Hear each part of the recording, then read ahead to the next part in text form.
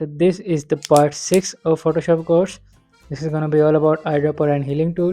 So resources के लिए तुम्हें मेरे डिस्कॉर्ड सर्वर का लिंक नीचे डिस्क्रिप्शन में मिल जाएगा, तो उसको ज्वाइन करके तुम वहाँ से इस कोर्स में जितने भी रिसोर्सेज यूज़ हुए हैं और उसके अलावा भी कुछ हेल्पफुल रिसोर्सेज तुम्हें मिल जाएंगे डिस्कॉर्ड सर्वर पर। सो join the Discord server now.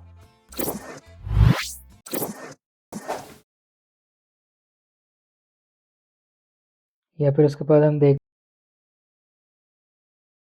Tool है कलर पिक करने के लिए। आईड्रॉपर टूल यूज़ होता है कलर पिक करने के लिए। जैसे कि मेरे पास ये इमेज है, इस इमेज से मैं कलर उठाना चाहता हूँ, तो अगर मैं इसके किसी भी अगर मुझे ये ऑरेंज उठाना है तो अगर मैं इस ऑरेंज के ऊपर क्लिक करूँ तो मेरे पास फोरग्राउंड कलर वो सिलेक्ट हो गया।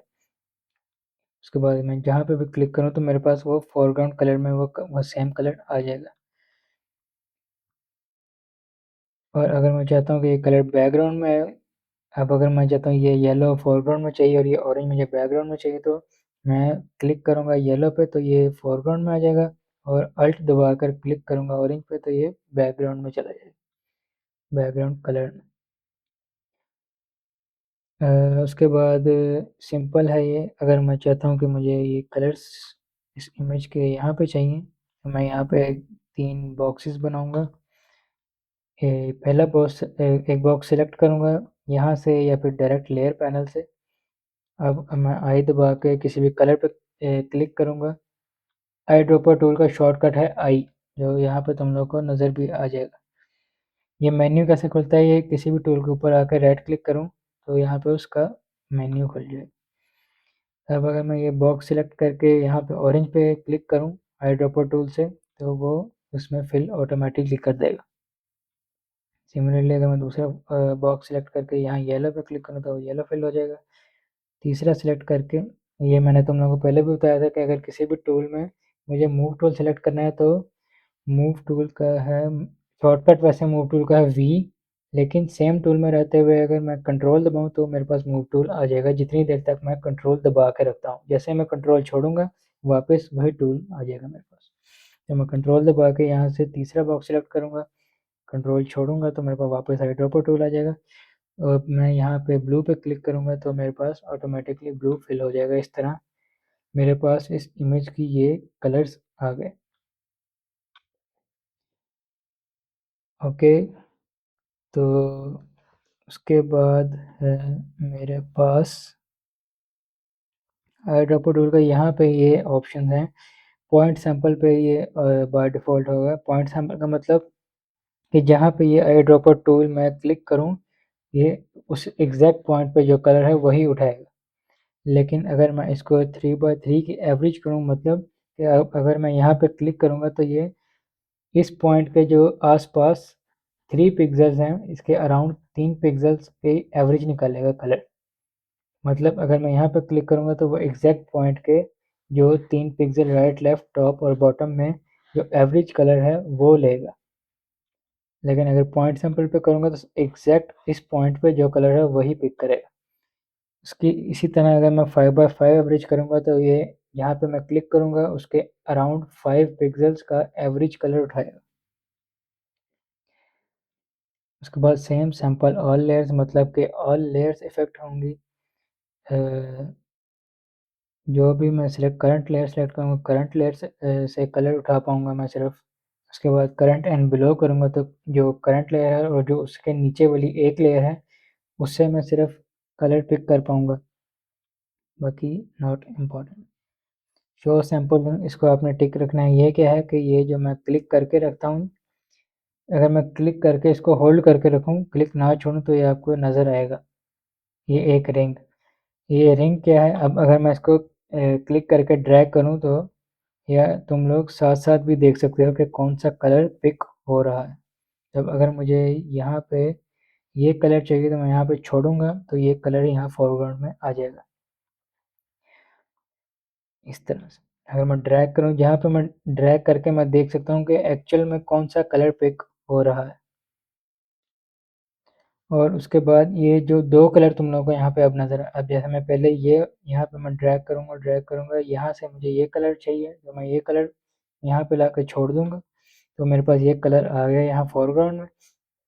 अब मैं अगर दोबारा इसके ऊपर क्लिक करके होल्ड करूं तो मेरे पास ये अब व्हील दो हिस्सों में डिवाइड हो गया। ऊपर वाला मूव करूं तो चेंज हो रहा है, नीचे वाला सेम है। अब नीचे वाला वो कलर है जो हमने लास्ट टाइम पिक किया था, जो रिसेंटली मतलब जो हमने लास्ट टाइम पिक किया था कलर, वो कलर नीचे शो हो रहा है। जो अब हम पिक कर रहे हैं वो मतलब जो हमारे पास अब ये क्लिक छोड़ने पे कलर आएगा वो कलर है ऊपर वाला कलर। अब अगर मैं यहाँ पे छोड़ूंगा तो जो ऊपर कलर है वो मेरे पास फोरग्राउंड में आ जाए। तो इस तरह से हम साथ साथ देख भी सकते हैं कि कौन सा कलर एक्चुअल में पिक हो रहा है। उसके बाद यहाँ कलर पैनल हम देख लेते हैं। अगर मैं इसके ऊपर क्लिक करूँ कलर के ऊपर, ये मेरे पास आ जाएगा कलर पैनल। तो इसमें तीन चीज़ें होती हैं कलर में, ह्यू, सैचुरेशन और ब्राइटनेस। ह्यू होती है ये कलर कि कौन सा कलर होगा, रेड, पिंक, ब्लू, लाइट सियान, ग्रीन, येलो, ऑरेंज या रेड।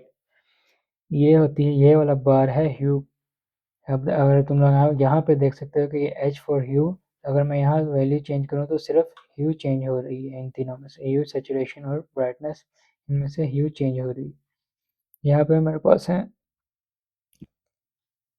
RGB की वैल्यू, रेड, ग्रीन, ब्लू। उसके बाद यहाँ पे CMYK की वैल्यू है, CMYK, cyan, magenta, yellow and के ब्लैक। तो उसके बाद ये है सैचुरेशन। सैचुरेशन मतलब कौन से कलर की डेंसिटी कितनी होगी।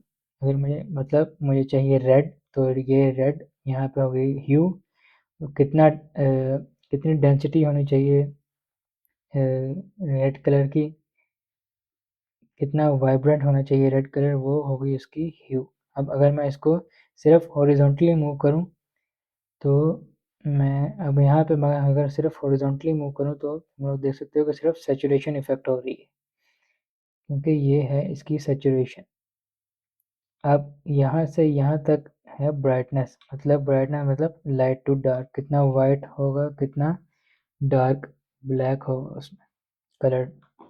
तो हम कलर यहाँ से डायरेक्टली भी सिलेक्ट कर सकते हैं। अगर मैं यहाँ पे कोई शेप बनाऊँ, अब इसका मैं कलर यहाँ से तो नहीं कर सकता शायद। अब इसका मैं कलर, ये हम शेप्स भी देखेंगे आगे। फिलहाल तुम लोगों ने फोकस करना है सिर्फ इस कलर पैनल, ठीक है। तो अब अगर मैं इस शेप का कलर यहाँ से चेंज करना चाहूँ तो मैं यहाँ से कलर पिक करके यहाँ से इसकी वैल्यूज चेंज कर सकता हूँ। कोड, यहाँ पे आपको कलर का एक कोड नज़र आ रहा होगा, तो ये कोड के साथ भी हम कलर कॉपी कर सकते हैं। जैसे कि अगर मुझे ये कलर चाहिए तो यहाँ से मैं इसका कलर कॉपी कर लिया कोड। अब अगर मैं इसका कोड यहाँ पे Ctrl+V के साथ पेस्ट करूँ, मेरे पास वही कलर आ जाएगा। अब अगर मैं ओके करूँ, वो कलर मेरे पास यहाँ पे फिल हो गया। तो अब मैं यहाँ पे जाऊँगा विंडोज़ में। उसके बाद यहाँ पे होगा कलर। ये मेरे पास एक कलर का पूरा ग्रुप है जिसमें ये 4 पैनल। उसके बाद ये स्वॉचेस हैं हमारे पास ऑलरेडी मेड कलर्स जो फोटोशॉप में ऑलरेडी पड़े हैं, जो आप यूज़ कर सकते हो। ये RGB colours, red, green, yellow, blue, सब। ये CMYK के colours, grey scale, pastel, light, dark. इस तरह हमारे पास डिफरेंट कलर्स हैं। अगर आप यहाँ पे इसके एरो पे क्लिक करेंगे जिस भी ग्रुप के, तो वो खुल जाएगा और आप यहाँ पे कोई भी कलर सेलेक्ट करो तो वो फिल हो जाएगा जो भी शेप आपने सेलेक्ट की है। आई ड्रॉपर टूल में उसके बाद है कलर सैम्पल टूल। ये कुछ इम्पोर्टेंट नहीं है। इसमें क्या है कि मुझे मैं अगर यहाँ पे वही इमेज लाऊँ, तो अब अगर मैं कलर सैम्पल टूल के साथ यहाँ पे क्लिक करूँ तो मुझे इस पॉइंट की, यहाँ पे देखें 1 पॉइंट है, ये यहाँ पे नज़र आ रहा है 1। यहाँ पे 1 पॉइंट पे RGB की वैल्यू पता लग गई है सेपरेट, मतलब इसमें रेड कितने हैं, ब्लू कितने हैं, ग्रीन कितने हैं, वो सब वैल्यू मुझे RGB की पता लग रही है। जितने पॉइंट्स होंगे मैं उतने पॉइंट्स की RGB वैल्यू यहाँ से देख सकता हूँ। ये कुछ काम का इतना नहीं है। रूलर टूल से भी हम डिस्टेंस, जैसा कि रूलर का काम होता है, हम डिस्टेंस फाइंड कर सकते हैं किसी भी ऑब्जेक्ट के दरम्यान में या फिर ऐसे ड्रैग करने से। अब अगर मैं यहाँ से क्लिक करके ड्रैग करूँ तो मुझे ये इतना डिस्टेंस यहाँ पे नज़र आ रहा है, विड्थ 151। या एंगल अगर मुझे फाइंड करना है किसी, जैसे मुझे इसका अगर एंगल फाइंड करना है तो मैं यहाँ से क्लिक करके ड्रैग करूँ, यहाँ पे लाकर मैं छोड़ दूँ, तो यहाँ पे इसका एंगल 3.1 और इसकी विड्थ मेरे पास 919 शो हो रही है। अगर इसे किसी चीज़ की आपने मेजरमेंट करनी है तो, या एंगल फाइंड करना है तो ये रूलर टूल के साथ उसके ऊपर ट्रेस करके फाइंड कर सकते हो। उसके बाद नोट टूल है, अगर यहाँ पे मुझे कोई नोट ऐड करना है तो वो मैं कर सकता हूँ। अब अगर मैं इसके ऊपर क्लिक करूँ तो वो नोट मेरे पास यहाँ पे शो होगा, यहाँ से मैं इसको डिलीट भी कर सकता हूँ। उसके बाद काउंटिंग टूल, मैं जहाँ पे भी क्लिक करूँ ये वहाँ पे पॉइंट डाल के इसको काउंट करेगा, ऑटोमेटिकली 1 2 3 4 इसको काउंटिंग करेगा। Not important. उसके बाद आता है spot healing brush tool. Spot healing brush tool क्या है, इसके लिए मैं ये इमेज इंपोर्ट करता हूँ, इसको मैं रास्टर करता हूँ। तो स्पॉट हीलिंग ब्रश टूल क्या है, जैसे कि तुम लोग देख सकते हैं ये जो अगर स्पॉट्स हैं, तो स्पॉट हीलिंग ब्रश क्या करता है, अब मैं न्यू लेयर पे जाऊंगा और सैंपल ऑल लेयर्स करूंगा ताकि ये नीचे वाली लेयर से भी सैंपल ले। और अगर मैं इसको नहीं करूंगा तो कुछ इफेक्ट मेरे पास नहीं होगा, क्यों, क्योंकि ये एम्प्टी लेयर पे काम कर रहा हूँ। तो अगर मैं सैंपल ऑल लेयर्स करूंगा तो ये सब जितनी भी लेयर्स होंगी उन सब से सैंपल लेगा और मुझे न्यू लेयर पे रिजल्ट शो करेगा। न्यू लेयर पे हम काम क्यों करते हैं, क्योंकि हमें नॉन डिस्ट्रक्टिव एडिटिंग चाहिए ताकि हमें बाद में कोई मसला या मुश्किल ना आए। अब मैं spot healing brush tool select करके अगर मैं इस स्पॉट पे खाली क्लिक करूँगा या क्लिक करके थोड़ा सा ज़्यादा ड्रैग नहीं, हल्का सा ड्रैग करूँगा तो ये तुम लोग देख सकते हो वो गायब हो गया। और मैं यहाँ पे करूँ तो ये भी गायब हो गया। अब ये क्या करता है spot healing brush tool, spot healing brush tool कर ये रहा है कि मैं यहाँ पे अगर क्लिक करूँ या खाली क्लिक करूँ तो ये इस पॉइंट के जो सराउंडिंग में जो एरिया है वहाँ से सैंपल उठा के इसको यहाँ पे फिल कर रहा है इसके सराउंडिंग वाले सैंपल के साथ। मतलब यहाँ पे अगर मैं क्लिक करके ड्रैग करूँ तो ये इसके सराउंडिंग में जितना एरिया है ये उसको स्कैन करके वहाँ से कुछ चीज़ें उठा के इतने एरिया के अंदर फिल कर देता है, जिससे ये गायब हो जाता है स्पॉट। इसको इससे हम स्पॉट्स रिमूव करने के लिए यूज़ करते हैं। यहाँ जहाँ पे मैं, लेकिन अगर आपकी इमेज में स्पॉट्स बहुत ज़्यादा हैं तो क्योंकि इसके ये सैंपल उठाता है जो जो हम सिलेक्ट कर रहे हैं उसके सराउंडिंग से, तो अगर उसके सराउंडिंग में भी काफ़ी ज़्यादा स्पॉट्स हैं तो ये इतना इफ़ेक्टिव नहीं होगा। क्यों, क्योंकि ये सराउंडिंग से ही सैंपल उठाता है, तो ये वो स्पॉट्स भी एज अ सैंपल उठा के उसको फिल करेगा तो वो स्पॉट्स रहेंगे, रिमूव नहीं होंगे। लेकिन यहाँ पे देख सकते हो तुम, यहाँ जहाँ पे मैं क्लिक कर रहा हूँ वहाँ पे ये स्पॉट रिमूव हो ही जाए इस तरह हम स्किन रीटचिंग में इसको यूज़ करते हैं। उसके बाद इसमें यहाँ पे आ जाते हैं कुछ फीचर्स, इनको हम इस तरह ही रहने देंगे।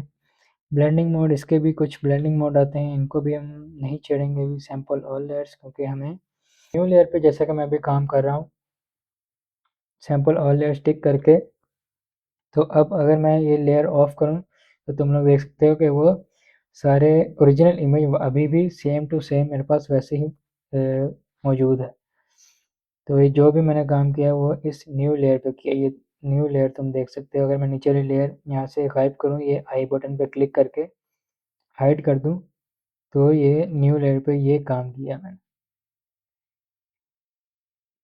तो अगर मुझे इसमें कुछ नहीं चाहिए तो मैं यहाँ से इसको हटा भी सकता हूँ। कैसे, मास्क बना के ब्रश लेके यहाँ से फोरग्राउंड में ब्लैक लूँगा और मास्क में ब्लैक कलर फिल करूँगा तो क्या होगा, वो हिस्सा रिमूव हो जाएगा, इनविजिबल हो जाएगा। अब अगर मैं यहाँ पे मास्क में मास्क सेलेक्ट करते हुए ब्लैक कलर फिल करूँ तो ये देखो ये न्यू लेयर से उतना हिस्सा गायब हो गया और वो जो इमेज पे स्पॉट्स थे वो वापस से विजिबल हो चुके हैं। अब मास्क का जैसे अगर मुझे देखना है कि मास्क पे क्या है, मतलब अगर मुझे सिर्फ मास्क देखना है वो मैं कैसे देखूँगा, अगर मैं अल्ट दबाकर मास्क पे क्लिक करूँ तो ये मेरे पास सिर्फ मास्क का एक प्रीव्यू आ जाएगा। बाकी जैसे तुम लोग देख सकते हो सारी लेयर्स हाइड हो चुकी हैं, सिर्फ मेरे पास ये मास्क शो हो रहा है। अब अगर मैं वापस मास्क पे या किसी अल्ट दबाकर मास्क पे या किसी लेयर पे क्लिक करूँगा तो मेरे पास वापस सारा कुछ विजिबल हो जाएगा।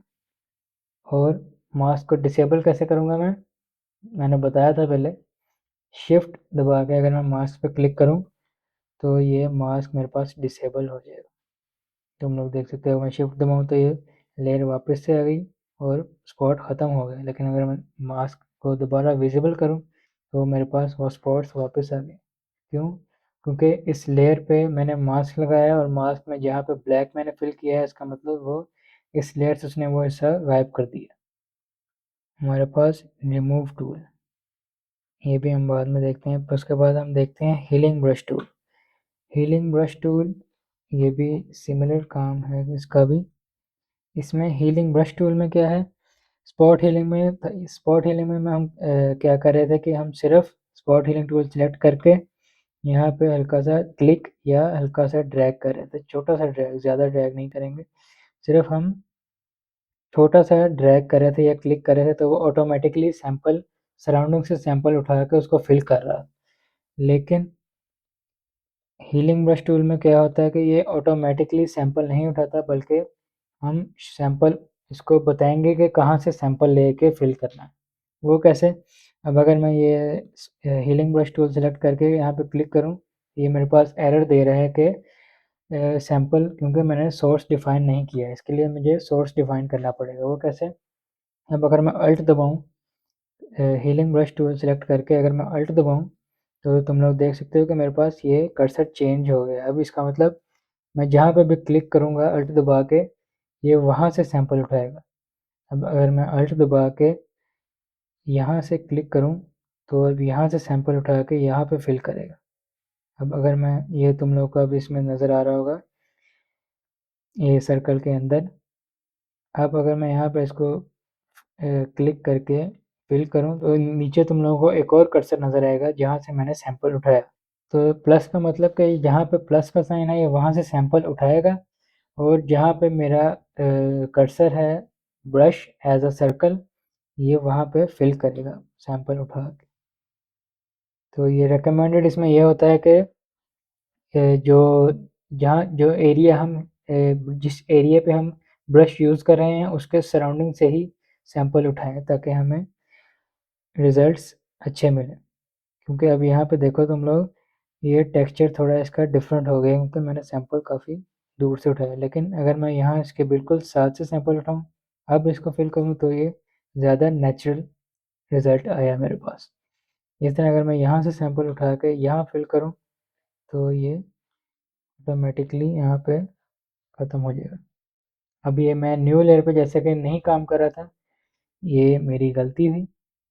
अब अगर मुझे वापस जाना है तो मैं कंट्रोल जी करके अभी तो वापस जा सकता हूँ, लेकिन अगर मैं ये लेयर बंद करके मैं दोबारा ऑन करूँगा फिर मुझे अगर चाहिए कि ये इमेज पहले जैसी वापस चाहिए तो वो मैं नहीं कर सकता। लेकिन अगर मैं न्यू लेयर पे काम करूँ तो मैं अगर ओरिजिनल इमेज वापस चाहता हूँ तो वो मैं वापस ले सकता हूँ किसी भी तरह, लेयर बंद करके या डिलीट करके। तो हीलिंग ब्रश टूल में हम अल्ट दबा के सैंपल उठाते हैं फिर ब्रश के साथ फिल करते हैं। अब यहाँ पे भी सैंपल देखें, अगर आप सैंपल करंट लेयर, अब अगर मैं सैंपल उठाऊँ तो ये कुछ भी मेरे पास फिल नहीं हो रहा। क्यों? क्योंकि करंट लेयर एम्प्टी है। अब अगर मुझे करंट एंड बिलो करूँगा इसका मतलब करंट और जो उसके नीचे वाली एक लेयर है वहाँ से ये सैंपल उठाएगा और फिल करेगा। लेकिन अगर मैं ऑल लेयर्स करूँगा तो ये जितनी भी लेयर्स होंगे उन सब में से सैंपल पिक करेगा। तो अल्ट दबा के मैं यहाँ पे क्लिक करूँगा तो यहाँ से सैंपल उठाएगा। और ब्रश, इसमें ब्रश के जहाँ पे भी ये ब्रश यूज़ होगा उसकी फीचर्स ऑलमोस्ट सब सिमिलर होंगे। क्या भी, जैसे कि अगर मुझे इसका साइज़ बड़ा छोटा करना है तो मैं कंट्रोल अल्ट और क्लिक दबा के ड्रैग करूँगा साइज़ बड़ा छोटा होगा, राइट पे बड़ा, लेफ्ट पे छोटा। ऊपर को करूँगा तो हार्डनेस कम होगी, नीचे को करूँगा हार्डनेस ज़्यादा होगी। ब्रश के जहाँ पे भी ब्रश का यूज़ हो रहा होगा वहाँ पे फीचर्स ये वाले सारे सेम ही रहेंगे। अब मैं यहाँ से सैंपल उठा के यहाँ पे फिल कर सकता हूँ, यहाँ से। इसमें एक ये भी है कि अगर मैं यहाँ पे देखो, यहाँ से अगर मैं सैंपल उठाऊँ तो यहाँ पे अगर तुम लोग देखो, यहाँ पे लाइट ज़्यादा है, यहाँ से डार्क है थोड़ा। लेकिन अगर मैं यहाँ से सैंपल उठा के यहाँ पे फिल करूँ तो वो लाइट को खुद ब खुद एडजस्ट करने की कोशिश करता है। ये मैं क्यों बता रहा हूँ, ये मैं आगे जाके तुम लोगों को पता लगेगा। इसमें ये याद रखना है कि ये लाइट को भी ऑटोमेटिकली एडजस्ट कर रहा होता है, एग्जैक्ट सैंपल नहीं करता है। जैसे कि यहाँ पे मैं देखूँ, ये एग्जैक्ट उसको सैंपल नहीं करता बल्कि उसकी लाइट एडजस्ट कर रहा होता है। उसके बाद है पैच टूल। पैच टूल क्या है, दोबारा मैं डिलीट करके न्यू लेयर। पैच टूल है मेरे पास, अगर मैं पैच टूल सिलेक्ट करके, जैसे लेसो टूल से मैं सिलेक्शन लेता था वैसे मेरे पास एक सिलेक्शन आ जाएगी। तो मैं इस तरह इसके राउंड एक सिलेक्शन बनाऊंगा। अब ये सिलेक्शन मेरे पास आ गई। अब अगर मैं इसको इसी तरह बगैर कोई टूल चेंज किए पैच टूल पे रहते हुए ही अगर मैं इसको अब ड्रैग करूं, और ये मेरे पास यहाँ पे न्यू लेयर का ऑप्शन नहीं आ रहा, तो इसका मतलब ये मुझे इसी लेयर पे करना पड़ेगा। तो अब अगर मैं अब इसी लेयर पे मुझे करना पड़ेगा, जैसे कि अभी ये इसमें मेरे पास न्यू लेयर ऑल लेयर्स का ऑप्शन नहीं आ रहा, तो अब मुझे इसी लेयर पे सेम लेयर पे काम करना पड़ेगा। तो इसमें अब मैं नॉन डिस्ट्रक्टिव एडिटिंग कैसे कर सकता हूँ, वो ऐसे कि मैं इस लेयर की कॉपी ले लूँगा। अब मैं इस पे पैच टूल यूज़ करूँगा तो ताकि अगर मुझे ओरिजिनल इमेज चाहिए हो कभी तो वो मेरे पास हमेशा सेव रहे। अब मैं पैच टूल सेलेक्ट करके इसके राउंड एक सिलेक्शन ले लूँगा। इसी टूल पे रहते हुए ही अब अगर मैं यहाँ से इसको क्लिक करके ड्रैग करूँ, तो जहाँ से मैंने सैंपल, जैसे कि वहाँ पे मैं सैंपल ले रहा था ब्रश टूल में, वैसे ही अब मैं यहाँ पे इसकी जहाँ से मुझे कॉपी करना है एरिया, वहाँ पे जाके मैं इसको छोड़ूंगा तो ये वो वाला हिस्सा सैंपल करके वहाँ पे फिल कर देगा। अब स्प्लैश टूल में है, इसमें हम थोड़ी बड़ी सिलेक्शन भी ले सकते हैं। जैसे कि मैं यहाँ पे ये सिलेक्शन लेके यहाँ पे लाऊंगा ड्रैग करके, तो ये मुझे नज़र भी आ रहा है कि वहाँ पे क्या चीज़ कॉपी होगी। अब मैं इसको छोड़ूँ, ये भी देखा तुम लोगों ने, ये भी लाइट एडजस्ट करता है साथ साथ। अब अगर मैं डीसेलेक्ट करूँ राइट क्लिक करके, नहीं, या तो मैं सिलेक्शन टूल पे जाके राइट क्लिक करके डीसेलेक्ट करूँ, या इसी पे रहते हुए कंट्रोल प्लस डी दबाऊँ तो डीसेलेक्ट हो जाएगा। ये देखो, बिफोर आफ्टर अगर देखना है मुझे, यहाँ से मैं इसको हाइड करके बिफोर आफ्टर भी देख सकता हूँ। ये बिफोर, ये आफ्टर, इस तरह मैं पैच टूल यूज़ करके सिलेक्शन लेके ड्रैग करके इस तरह रिमूव कर सकता हूँ स्पॉट्स। तो स्पॉट हीलिंग में सिर्फ क्लिक करना है या हल्का सा ड्रैग करेंगे तो वो ऑटोमेटिकली सैंपल उठाएगा। हीलिंग ब्रश टूल में हमें अल्ट दबा के सैंपल उठा के फिर फिल करना है, जहाँ से भी हमें स्पॉट रिमूव करने हैं। और पैच टूल में हमारे पास ये सिलेक्शन लेके हम इसको लेके जाएंगे जहाँ से हमें कॉपी करना है एरिया, और छोड़ेंगे तो ये ऑटोमेटिकली उतना हिस्सा कॉपी कर देगा और लाइट भी एडजस्ट करने की कोशिश करेगा साथ साथ। कंटेंट अवेयर मूव, ये भी हम रिमूव टूल और कंटेंट अवेयर टूल देखते हैं। अब इसके लिए मैं कोई और इमेज इंपोर्ट करता हूँ। ये इमेज इंपोर्ट करके देखता हूँ। अब रिमूव टूल है, जैसे नाम से भी पता लग रहा है कि ये रिमूव करने। अब इसमें ये भी ब्रश है, जैसे कि इसमें भी ब्रश, ये जहाँ पे भी इस तरह का सर्कल होगा वो ब्रश ही होगा मोस्टली। तो ये इसमें ब्रश वाली प्रॉपर्टीज़ हमारे पास यूज़ होंगी, जैसे कि बड़ा छोटा करने के लिए हार्डनेस, इसमें हार्डनेस नहीं है तो सिर्फ साइज़ बड़ा छोटा करने के लिए कंट्रोल अल्ट राइट क्लिक और ड्रैग। अब मुझे जैसा कि मैं ब्रश फेरता था इसी तरह ये ब्रश में जो भी मुझे चीज़ रिमूव करनी है उसके राउंड ब्रश फेरूंगा तो ये ऑटोमेटिकली उसको फिल कर देगा और उसको रिमूव करने की कोशिश करेगा। ये भी कर रहा है इसको रिमूव। इसका साइज़ हम यहाँ से मैन्युअली भी छोटा कर सकते हैं यहाँ से। उसके बाद प्लस माइनस सेम जैसे कि ब्रश में था, शिफ्ट दबा के इसमें भी प्लस कर सकते हैं, अल्ट दबा के माइनस, या फिर यहाँ से डायरेक्ट सिलेक्ट करके। This might take few minutes, not few minutes, sometimes it take time, sometimes it takes time, sometimes it take time, but mostly it's pretty fast.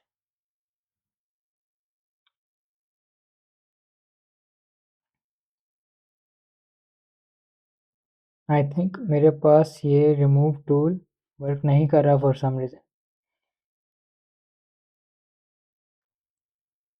हो सकता है आप लोगों के हो सकता है आप लोगों के पास भी इस तरह का कुछ एरर या कोई प्रॉब्लम हो रही हो, तो टेंशन की कोई बात नहीं। आप नेट से ऑलवेज सर्च कर सकते हैं, गूगल पर सर्च करें जो भी आपका मसला है, या मेरा जो डिस्कॉर्ड सर्वर है इंस्टाग्राम पे, वो भी आप लोग ज्वाइन कर सकते हो। वहाँ पे डिस्कशन मेरे से भी कुछ पूछना है तो वो भी पूछ सकते हो, या आपस में भी डिस्कशन करके एक दूसरे को हेल्प कर सकते हो। अभी मेरे पास ये इतनी देर नहीं लगती, मोस्टली ये बहुत क्विकली आपको सिलेक्ट करके दे देगा, रिमूव करके दे देगा ऑटोमेटिकली। मेरे पास कोई एरर है वो मैं देखता हूँ अभी फिक्स करने की, लेकिन इसमें भी मेरे पास सेम वही सेम ऑल लेयर्स वाला ऑप्शन है। सैंपल ऑल लेयर्स को अगर मैं चेक करूँगा तो वो तमाम लेयर में से सैंपल उठा के इसको रिमूव करेगा। अब यहाँ पे मेरे पास है एक फाइंड डिस्ट्रैक्शन। इसमें अगर वन क्लिक रिमूवल, जैसा कि यहाँ देख सकते हैं आप, अगर मेरे पास किसी इमेज में वायर्स और केबल्स हैं तो मैं ऑटोमेटिकली यहाँ से रिमूव टूल पे जाके फाइंड डिस्ट्रैक्शन में जाकर वायर और केबल सिलेक्ट करूँ तो वो ऑटोमेटिकली वायर्स और केबल को सिलेक्ट करके रिमूव कर देगा। या अगर मेरी इमेज में कोई अनवांटेड पीपल हैं बैकग्राउंड में जिनको मैं नहीं चाहता इमेज में, या मैं उनको रिमूव करना चाहता हूँ, तो मैं यहाँ पे आके सिर्फ पीपल पे क्लिक करूँगा तो वो ऑटोमेटिकली उस इमेज में जितने भी लोग होंगे उनको डिटेक्ट करके अनवांटेड लोग जो होंगे बैकग्राउंड में, जैसा कि कोई लोग हो या फोरग्राउंड में, तो वो उनको डिटेक्ट करके रिमूव कर देगा। मेरे पास ये फॉर सम रीज़न अभी वर्क नहीं कर रहा है, इसलिए मैं तुम लोगों को ये शो नहीं कर सकता अभी, but it's simple. Create new layer करेंगे तो वो न्यू लेयर पे सिलेक्शन बना देगा, मतलब रिमूव करके आपको एक न्यू लेयर दे देगा। उसके बाद कंटेंट अवेयर मूव पे एक हमारे पास यहाँ पे ऑप्शन, कंटेंट अवेयर मूव क्या है? कंटेंट अवेयर मूव, यहाँ पे मेरे पास सेम वही सिलेक्शन वाले ऑप्शन आ गए, इसके बाद मेरे पास सिलेक्शन है इसका मतलब। तो अगर मैं यहाँ से अब क्लिक करके, नहीं बल्कि अब अगर मैं यहाँ से क्लिक करके ड्रैग करूँ, ये पूरा सिलेक्ट करूँ, इसके साथ मैं अगर शिफ्ट दबा के दोबारा ये मैं चाहता हूँ, अब अगर मैं चाहता हूँ कि ये शेडो भी सिलेक्ट करूँ तो मैं शिफ्ट दबा के, जैसे कि हमें पता है कि ऐड टू सिलेक्शन होता है शिफ्ट दबा के, तो मैं ये शिफ्ट दबा के इसमें ऐड कर दूँगा। अब अगर मैं इसको मूव करूँ, ये इस तरह नहीं, इसको रास्टर पे करेंगे। अब अगर मैं इसको यहाँ से मूव करूँ तो ये तुम लोग देख सकते हो, ये मेरे पास आ गया ट्रांसफॉर्म वाला बॉक्स। अब अगर मैं इसको एंटर करूँ या यहाँ से टिक करूँ तो ये इसको यहाँ पे मूव कर देगा जो मेरी सिलेक्शन है, और जो बाकी का हिस्सा है उसको खुद ब खुद फिल करने की कोशिश करेगा। अब इसमें हमें रिज़ल्ट इतने कोई ख़ास नहीं मिले। अब इसका मकसद ये है कि अगर मैं इसको यहाँ पे छोटा करूँ तो अगर अभी ये दूर है, अगर मैं चाहता हूँ कि ये थोड़ा दूर लगे तो ऑब्वियसली जो दूर चीज़ होती है वो छोटी होती है। तो अब अगर इसको छोटा करूँ, इसका साइज़ छोटा भी कर सकता हूँ मैं। अब इसे छोटा साइज़ करके इसको मैं एंटर करूँ तो ये देखो ये रिज़ल्ट्स इतने कुछ ख़ास मेरे पास नहीं है, लेकिन अगर मैं इसको थोड़ा सा मूव करूँ यहाँ पे, अब अगर मैं इसको छोटा करके एंटर करूं तो ये वहाँ पे मूव करके बाकी हिस्सा ऑटोमेटिकली फिल करने की कोशिश करेगा। कुछ इमेजेस में हो सकता है ये तुम लोगों को अच्छे रिजल्ट्स शो करे, कुछ इमेजेस में ये अच्छे रिजल्ट्स शायद ना शो करें। इसमें हम देख लेते हैं इमेज में रास्टर करके इसका मैं इसकी कॉपी लूँगा, Ctrl+J। अब अगर मैं इसको चिड़िया को सिलेक्ट करके यहाँ पे मूव करूँ, इसको मैं छोटा कर दूँ और एंटर करूँ तो ये देखो इसने इस लेयर को इस सिलेक्शन को वहाँ पे मूव कर दिया और जहाँ पे ये ओरिजिनली थी उसको ऑटोमेटिकली फिल कर दिया। अब इसमें ऊपर मेरे पास कुछ ऑप्शन है, सैंपल ऑल लेयर्स, वही कि यहाँ पे सारी लेयर्स से सैंपल होगा। उसके बाद वही सिलेक्शन वाले add to selection, minus, subtract from selection और इंटरसेक्ट। उसके बाद मेरे पास है ट्रांसफॉर्म ऑन ड्रॉप। ये क्या है, ये जो अगर ये मेरे पास चेक है तो मैं अगर इसको मूव करूं और ये देखो मैं मूव करके अगर छोड़ूं मेरे पास ये ट्रांसफॉर्म का कंट्रोल्स आते हैं। ट्रांसफॉर्म का एक ये बॉक्स आता है, अब मैं इसको बड़ा छोटा ये ट्रांसफॉर्म कर सकता हूं। तो अब अगर मैं ये ऑप्शन अनचेक करूं और अब अगर मैं मूव करके इसको छोड़ूं तो मेरे पास बॉक्स नहीं आएगा बल्कि वो ऑटोमेटिकली वहाँ पे प्लेस हो जाएगा। तो इसलिए हम इसको चेक ही रखेंगे ताकि अगर हमें इसको यहाँ पे करके छोटा बड़ा करना है तो वो हम कर सकें। इस तरह करके अब मैं सिलेक्शन को डीसेलेक्ट करने के लिए Ctrl+D दबाऊँ। उसके बाद यहाँ पे मेरे पास स्ट्रक्चर है। स्ट्रक्चर अगर मैं इंक्रीज़ करूँ मैक्सिमम 7 है, तो अब अगर मैं इसको करूँ यहाँ पे तो ये सिलेक्शन लेगा, काफ़ी हार्श सिलेक्शन लेगा, मतलब सिलेक्शन नहीं हार्श सैंपल उठाएगा। जैसा कि अब तो मैं इसको कम करके दिखाता हूँ तुम लोगों को। यहाँ से अगर मैं प्लेस करूँ तो ये देखो तुम लोग, ये सॉफ्ट काफ़ी रिजल्ट देगा, मतलब ये सैंपल उठाएगा काफ़ी लूजली। अब अगर मैं इसका स्ट्रक्चर ज़्यादा करूँ तो ये बहुत स्ट्रिक्टली सैंपल उठा के इसको ये एजेस बना देगा, जैसे कि ये देख सकते हो तुम लोग। इसको हम थोड़ा कम ही रखें। So if you have learned anything from this video or this course, you can leave a like to this video and subscribe the channel. This would help this channel a lot and I would really appreciate that.